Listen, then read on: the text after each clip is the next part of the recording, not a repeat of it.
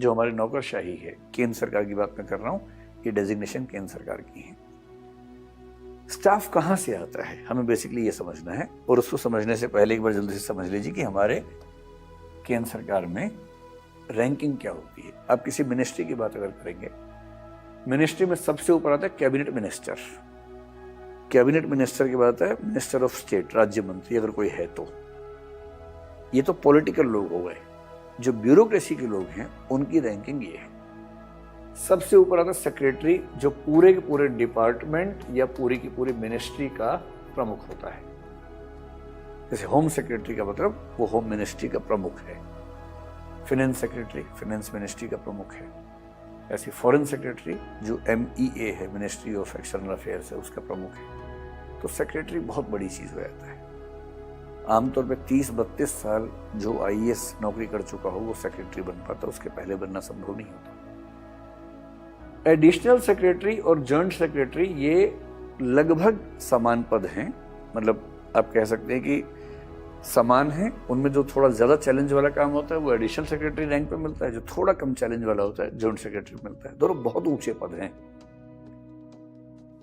और ये जो दोनों पद हैं ये आमतौर पे किसी मिनिस्ट्री के अंदर संभाल लेते हैं। एक विंग आप कह लीजिए, पूरा विंग संभालते हैं।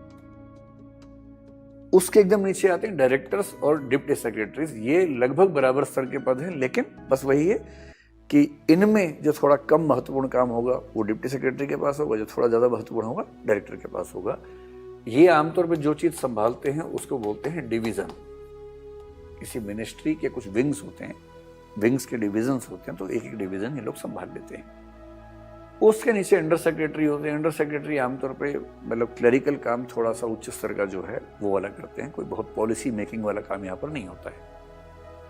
असिस्टेंट सेक्रेटरी एक नया डेजिग्नेशन है, पिछले कुछ साल से मोदी सरकार ने शुरू किया है कि जो IAS अधिकारी हैं अपनी ट्रेनिंग के दौरान कुछ महीनों के लिए भारत सरकार में आते हैं दिल्ली में और इस पद पर काम करते हैं। सिर्फ इसलिए, पहले क्या होता था कि सीधे फील्ड में गए, कई साल फील्ड में रहे, उसके बाद जब सचिवालय में आते हैं जहां पर असली काम है, उनको यहाँ का कुछ पता ही नहीं होता कैसे काम चलता है, फाइल कैसे बनती है, नोट कैसे लिखते हैं, ड्राफ्टिंग कैसे करते हैं, कुछ आइडिया नहीं होता था उनको। तो सरकार ने बड़ा अच्छा कदम उठाया कि अब IAS अधिकारियों को शायद 3 महीने के लिए यहाँ पर आना पड़ता है। असिस्टेंट सेक्रेटरी का उनको पद मिलता है, जो SDM के इक्विवेलेंट पद मान लीजिए लगभग, और उनको 3 महीने तक यहाँ रहकर केंद्र सरकार में सचिवालय में काम कैसे होता है वो सीखना होता है। उसके नीचे सेक्शन ऑफिसर होता है, फिर असिस्टेंट सेक्शन ऑफिसर ASO, फिर अपर डिवीजन क्लर्क UDC और सबसे नीचे LDC।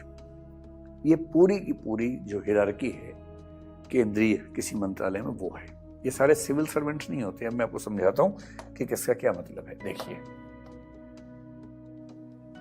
ये जो नीचे के 3 पद हैं ये पद तो बहुत बेसिक पद हैं और ये पद IAS के थ्रू नहीं आते हैं, SSC के थ्रू आते हैं। SSC में भी आपको पता है कि एक एग्जाम होता है जो CHSL कहलाता है, combined higher secondary level exam. 12वीं पास मतलब जो 12वीं पास व्यक्ति है वो लोअर डिवीजन क्लर्क बन सकता है, जो कि सबसे बेसिक लेवल मिनिस्ट्री में होता है।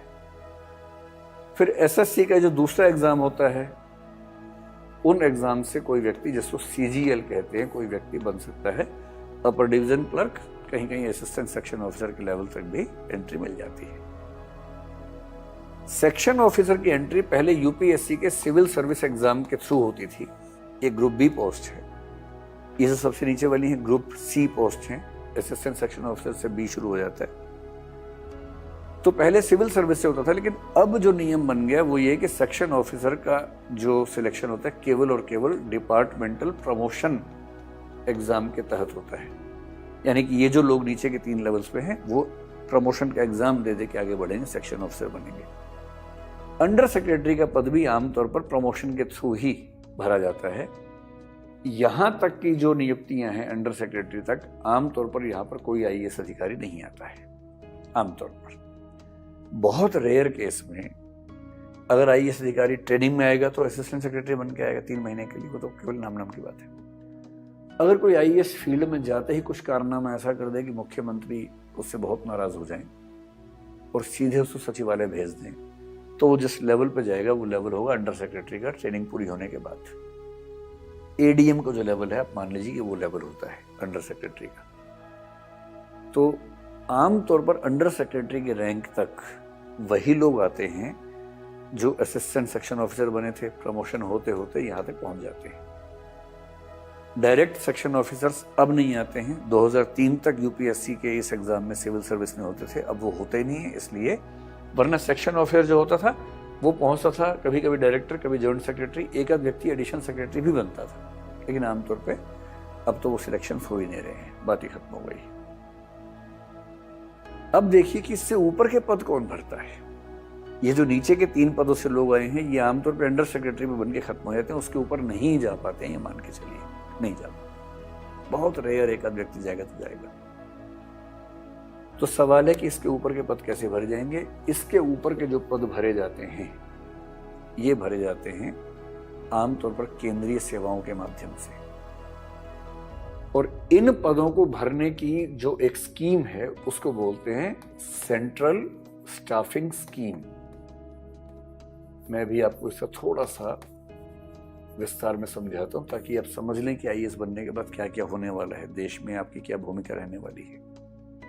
सेंट्रल स्टाफिंग स्कीम इन 5 पदों पर काम करती है जो हमारी नौकरशाही है। केंद्र सरकार की बात मैं कर रहा हूं, ये डेजिग्नेशन केंद्र सरकार की है। स्टाफ कहां से आता है हमें बेसिकली ये समझना है, और उसको समझने से पहले एक बार जल्दी से समझ लीजिए कि हमारे केंद्र सरकार में रैंकिंग क्या होती है। आप किसी मिनिस्ट्री की बात अगर करेंगे, मिनिस्ट्री में सबसे ऊपर आता है कैबिनेट मिनिस्टर। कैबिनेट मिनिस्टर की बात है मिनिस्टर ऑफ स्टेट, राज्य मंत्री अगर कोई है तो। ये तो पॉलिटिकल लोग हो गए। जो ब्यूरोक्रेसी के लोग हैं उनकी रैंकिंग ये है।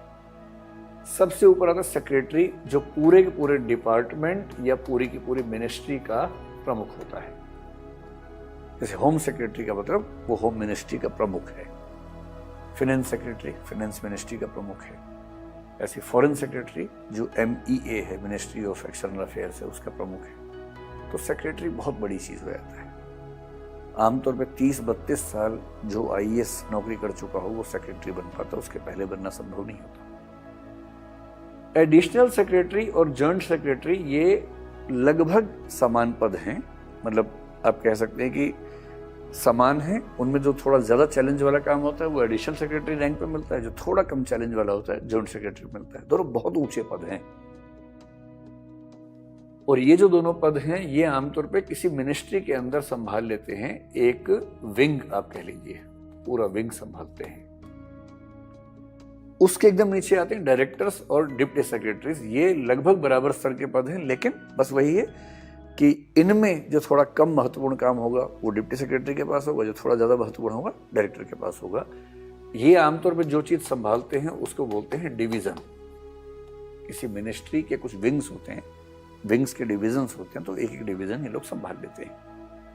उसके नीचे अंडर सेक्रेटरी होते हैं। अंडर सेक्रेटरी आमतौर पे मतलब क्लरिकल काम थोड़ा सा उच्च स्तर का जो है वो वाला करते हैं, कोई बहुत पॉलिसी मेकिंग वाला काम यहाँ पर नहीं होता है। असिस्टेंट सेक्रेटरी एक नया डेजिग्नेशन है, पिछले कुछ साल से मोदी सरकार ने शुरू किया है कि जो IAS अधिकारी हैं अपनी ट्रेनिंग के दौरान कुछ महीनों के लिए भारत सरकार में आते हैं दिल्ली में और इस पद पर काम करते हैं। सिर्फ इसलिए, पहले क्या होता था कि सीधे फील्ड में गए, कई साल फील्ड में रहे, उसके बाद जब सचिवालय में आते हैं जहां पर असली काम है, उनको यहाँ का कुछ पता ही नहीं होता कैसे काम चलता है, फाइल कैसे बनती है, नोट कैसे लिखते हैं, ड्राफ्टिंग कैसे करते हैं, कुछ आइडिया नहीं होता था उनको। तो सरकार ने बड़ा अच्छा कदम उठाया कि अब IAS अधिकारियों को शायद 3 महीने के लिए यहाँ पर आना पड़ता है। असिस्टेंट सेक्रेटरी का उनको पद मिलता है जो SDM के इक्विवेलेंट पद मान लीजिए लगभग, और उनको 3 महीने तक यहाँ रहकर केंद्र सरकार में सचिवालय में काम कैसे होता है वो सीखना होता है। उसके नीचे सेक्शन ऑफिसर होता है, फिर असिस्टेंट सेक्शन ऑफिसर ASO, फिर अपर डिवीजन क्लर्क UDC और सबसे नीचे LDC। ये पूरी की पूरी जो हिरार्की है केंद्रीय किसी मंत्रालय में वो है। ये सारे सिविल सर्वेंट्स नहीं होते। अब मैं आपको समझाता हूं कि किसका क्या मतलब है। देखिए, ये जो नीचे के 3 पद हैं ये पद तो बहुत बेसिक पद हैं और ये पद IAS के थ्रू नहीं आते हैं, SSC के थ्रू आते हैं। SSC में भी आपको पता है कि एक एग्जाम होता है जो CHSL कहलाता है, combined higher secondary level exam, 12वीं पास मतलब। जो 12वीं पास व्यक्ति है वो लोअर डिवीजन क्लर्क बन सकता है, जो कि सबसे बेसिक लेवल मिनिस्ट्री में होता है। फिर एसएससी का जो दूसरा एग्जाम होता है, उन एग्जाम से कोई व्यक्ति, जिसको सीजीएल कहते हैं, कोई व्यक्ति बन सकता है अपर डिवीजन क्लर्क, कहीं कहीं असिस्टेंट सेक्शन ऑफिसर के लेवल तक भी एंट्री मिल जाती है। सेक्शन ऑफिसर की एंट्री पहले यूपीएससी के सिविल सर्विस एग्जाम के थ्रू होती थी। ये ग्रुप बी पोस्ट है। ये जो सबसे नीचे वाली है ग्रुप सी पोस्ट है। असिस्टेंट सेक्शन ऑफिसर से बी शुरू हो जाता है। तो पहले सिविल सर्विस से होता था, लेकिन अब जो नियम बन गया वो ये कि सेक्शन ऑफिसर का जो सिलेक्शन होता है केवल और केवल डिपार्टमेंटल प्रमोशन एग्जाम के तहत होता है। यानी कि ये जो लोग नीचे के 3 लेवल्स पे हैं वो प्रमोशन का एग्जाम दे के आगे बढ़ेंगे, सेक्शन ऑफिसर बनेंगे। अंडर सेक्रेटरी का पद भी आमतौर पर प्रमोशन के थ्रू ही भरा जाता है। यहां तक की जो नियुक्तियां हैं अंडर सेक्रेटरी तक, आमतौर पर यहां पर कोई आईएएस अधिकारी नहीं आता है। आमतौर पर बहुत रेयर केस में अगर आईएएस अधिकारी ट्रेनिंग में आएगा तो असिस्टेंट सेक्रेटरी बन के आएगा 3 महीने के लिए, वो तो केवल नाम की बात है। अगर कोई आईएएस फील्ड में जाते ही कुछ कारनामा ऐसा कर दे कि मुख्यमंत्री उससे बहुत नाराज हो जाएं और सीधे उसको सचिवालय भेज दें, तो वो जिस लेवल पे जाएगा वो लेवल होगा अंडर सेक्रेटरी का, ट्रेनिंग पूरी होने के बाद। एडीएम का जो लेवल है, आप मान लीजिए कि वो लेवल होता है अंडर सेक्रेटरी का। तो आमतौर पर अंडर सेक्रेटरी के रैंक तक वही लोग आते हैं जो असिस्टेंट सेक्शन ऑफिसर बने थे, प्रमोशन होते होते यहां तक पहुंच जाते हैं। डायरेक्ट सेक्शन ऑफिसर्स अब नहीं आते हैं। 2003 तक यूपीएससी के इस एग्जाम में सिविल सर्विस में होते थे, अब वो होते ही नहीं है इसलिए। वरना सेक्शन ऑफिसर जो होता था वो पहुंचता था कभी कभी डायरेक्टर, कभी जॉइंट सेक्रेटरी, एक आध व्यक्ति एडिशनल सेक्रेटरी भी बनता था। लेकिन आमतौर पे अब तो वो सिलेक्शन हो ही नहीं रहे हैं, बात ही खत्म हो गई। अब देखिए कि इससे ऊपर के पद कौन भरता है। ये जो नीचे के 3 पदों से लोग आए हैं, ये आमतौर पे अंडर सेक्रेटरी में बन के खत्म हो जाते हैं, उसके ऊपर नहीं जा पाते हैं। ये मान के चलिए नहीं जा पाते, बहुत रेयर एक आध व्यक्ति जाएगा तो जाएगा। तो सवाल है कि इसके ऊपर के पद कैसे भरे जाएंगे। इसके ऊपर के जो पद भरे जाते हैं, ये भरे जाते हैं आमतौर पर केंद्रीय सेवाओं के माध्यम से। और इन पदों को भरने की जो एक स्कीम है उसको बोलते हैं सेंट्रल स्टाफिंग स्कीम। मैं भी आपको इसका थोड़ा सा विस्तार में समझाता हूं ताकि आप समझ लें कि आईएएस बनने के बाद क्या क्या होने वाला है, देश में आपकी क्या भूमिका रहने वाली है। सेंट्रल स्टाफिंग स्कीम इन 5 पदों पर काम करती है।